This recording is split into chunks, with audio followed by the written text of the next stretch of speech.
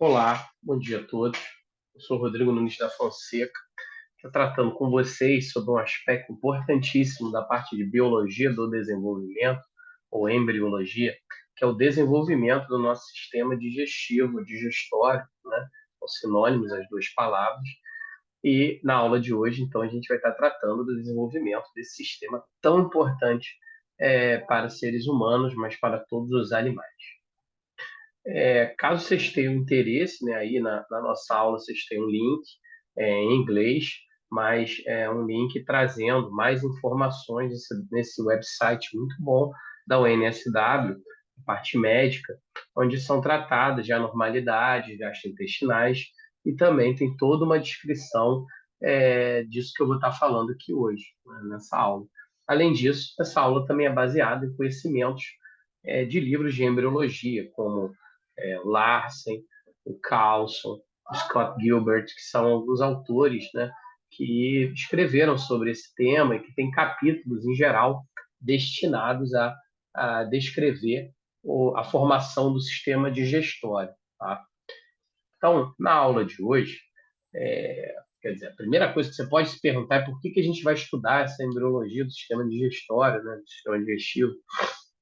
E quando a gente olha, né, principalmente em termos de malformações que a gente observa dos diferentes sistemas, né, que se desenvolvem embriologicamente, né, as malformações que são congênitas, que acaba você ter o nascimento do indivíduo, a gente vê que é claro que tem o sistema nervoso, o próprio sistema cardiovascular, eles têm na realidade uma quantidade bastante elevada de, de malformações, né, já observadas, mas a gente vê que quando a gente junta sistema, né, digestório, pegando desde a região da boca até a região anal, a gente vê que isso junta aí, a gente chega quase a 14, 13, 14% nesse levantamento feito na Austrália.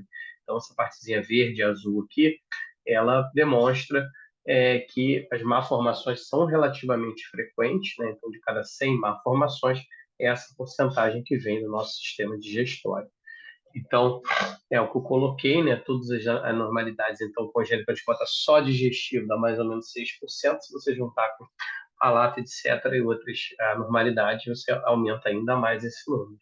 E uma das mais comuns anormalidades é o chamado de vertículo de Meckel, que é uma protuberância no nosso intestino delgado, então, que acontece essa pequena protuberância aqui antes e depois, né, após o processo cirúrgico, né, que é algo também bastante prevalente, né, quando a gente olha.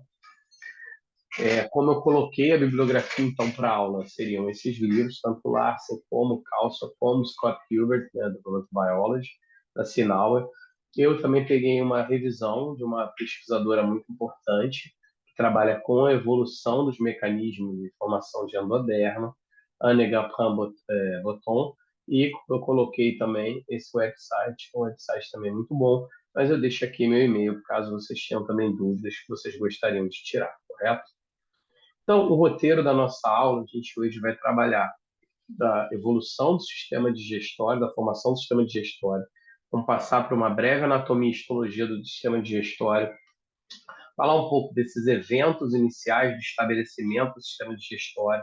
A gente vai ver que tem componentes tanto endodermais, mesodermais, quanto ectodermais no sistema digestório. Então, é um erro você dizer que o sistema digestório é formado só pelo tubo de endodermo.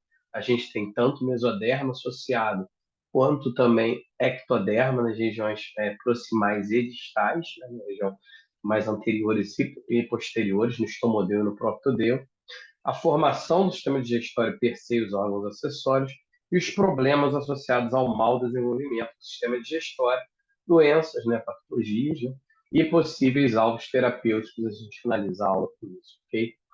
Então, começando com a evolução do sistema digestório, e só deixando claro para vocês que eu estou dividindo essa aula em vários vídeos no YouTube para ficar menos maçante para vocês poderem seguir. Então, a gente vai falar primeiro da evolução, da anatomia, vamos fazer uma pequena pausa e vamos então para os demais aspectos seguidos, tá? Quando a gente olha o sistema digestório, isso parece realmente ser uma característica dos animais, né?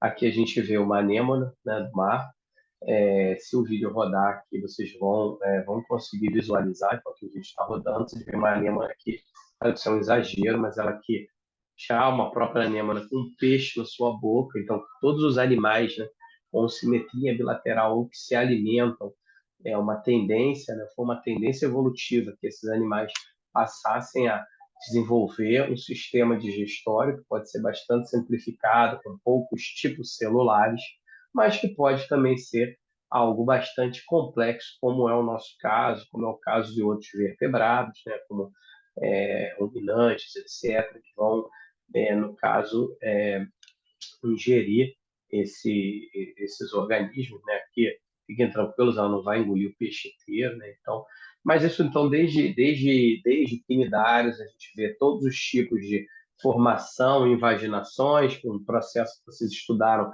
que é chamada gastrulação, e esses tipos de processo de gastrulação é que vão formar essa camada, a camada mais interna, que é o chamado endodermo. Como que a gente estuda isso? A gente estuda isso em organismos, né? Organismos modelo. Aqui um exemplo de um verme que é o C. elegans, né? O nemátoda, em que no C. elegans, logo nas primeiras divisões celulares, você tem uma separação das células que vão dar origem ao mesodermo somático e ao endodermo, nosso futuro tubo digestório. Então, bem no início, né, no estágio já de 8 células, a gente consegue identificar quem são as células cujos progenitores, né, das células posteriores vão dar origem, então, a, ao endoderma e posteriormente ao seu tubo digestório. A mesma coisa, né, um fenômeno muito similar, né, aqui a gente vê também novamente em vermelho, aqui as células que vão dar origem ao mesoderma, vocês veem, sempre nos livros de embriologia, vermelho mesoderma e amarelo em geral endoderma. Então, as células do endoderma também, ouriços, também estão bem adjacentes, né, bem próximas dessas células do mesoderma. Então, está aqui o processo de gastrulação, todo o processo aqui de invaginação do endoderma, em ouriços, e o mesoderma em volta aqui em vermelho.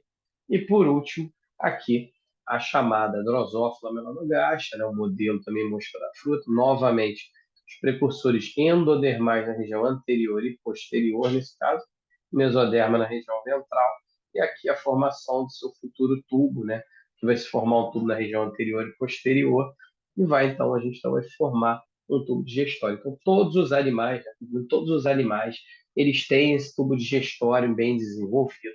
Em geral, a maior parte deles tem um tubo digestório, né, ou grande parte deles tem um tubo digestório que vai desde a boca até o ânus, que a gente chama de proctodeu e estomodeu. Em geral, as pontas desse tubo são formadas de ectoderma e o meio desse tubo é formado de endoderma. E sempre associado a esse endoderma, a gente tem mesoderma somático circundando, formando órgãos acessórios, etc., nos diferentes organismos. Tá? Modelos de vertebrados onde esse processo de formação de endoderma já foram estudados, ou são muito estudados, são o peixe-zebra e a rã, o Xenops laevis, em que também, novamente, a formação do endoderma, os estágios iniciais, estão vinculados com o processo de gastrulação. Tá? Então, a gastrulação ela é diretamente aí relacionada com esse processo de formação de endoderma. Tá? Então, isso acontece no peixe-zebra. O que é interessante é que quando a gente olha em termos dos fatores que estão envolvidos na padronização desse endoderma, a gente tem uma grande variação, tá? Uma variação bastante grande nos componentes iniciais do processo de formação, aqueles que vão determinar qual camada germinativa vai dar origem ao endoderma.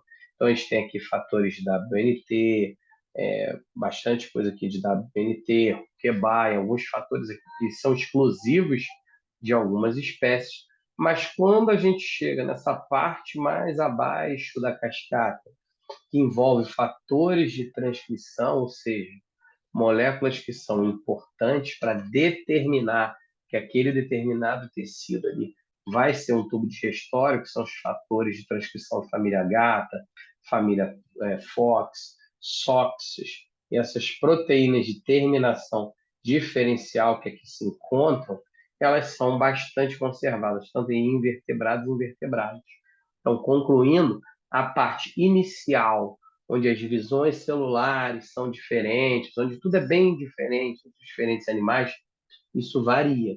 Mas a parte final da cascata, aonde a gente realmente determina o que é o endoderma, as proteínas que vão determinar o que é uma célula secretora, o que é uma célula que vai fazer processo de fagocitose, o próprio processo de internalização e de digestão, essa parte abaixo da cascata ela já é mais conservada, ok?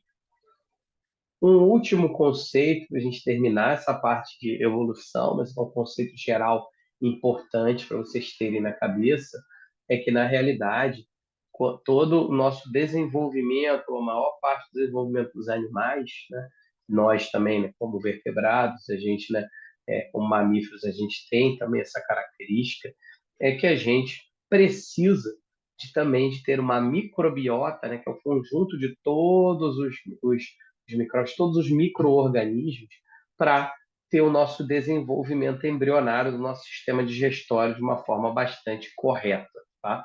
Então, essa história de você ser totalmente estéril, né, durante o seu desenvolvimento, ela não é boa, inclusive para o processo de diferenciação do tubo digestório. Então, aqui a gente tem no nascimento até as idades mais avançadas. Essas pequenas colorações que aqui vocês veem representam, então, os tipos de bactérias, de microbiota que você tem em indivíduos. Então, quando você nasce, você tem uma determinada microbiota, que varia, inclusive, se você fez uma cirurgia cesariana ou se for um parto normal. Quando você é bebê, você tem uma mudança na microbiota, quando você começa a se desenvolver. Sua microbiota, entre 6 e 3 anos, ela tem determinadas características, entre 6 meses e 3 anos. Depois, entre 3 anos e a fase adulta, tem outra característica, essa microbiota. E quando a gente fica já com uma microbiota de uma pessoa mais velha, mais idosa, ela também pode vir a mudar a sua microbiota. Então, toda vez que você faz uma utilização de uma medicação, antibiótico, etc., você acaba eliminando essa microbiota. E por isso que a utilização de antibióticos e a utilização de medicamentos sem receita médica e sem necessidade, ela não é recomendada. Existem hoje estudos em peixe zebra, em camundongos, em vários organismos, inclusive em nós, que demonstram existe uma necessidade muito grande de você ter bactérias, né? A maior parte das bactérias que nos coabitam, né? Num conceito grande que a gente chama de holobioma, né? De todo o organismo, somos nós, todas as nossas bactérias que coabitam, elas são necessárias, inclusive, para a diferenciação das nossas chamadas bordas em escova no nosso epitélio intestinal. Então, esse é o último conceito que eu queria deixar, de dar uma pausa para vocês, que o microbioma, né, ele varia ao longo do tempo e não necessariamente ele é nocivo, ele é ruim para o nosso desenvolvimento do nosso trato gastrointestinal, ok? Então, a gente vai entrar daqui a pouco, na próxima parte, na anatomia e na histologia do nosso tubo digestório. Então, fiquem ligados, se inscrevam também no nosso canal. Muito obrigado.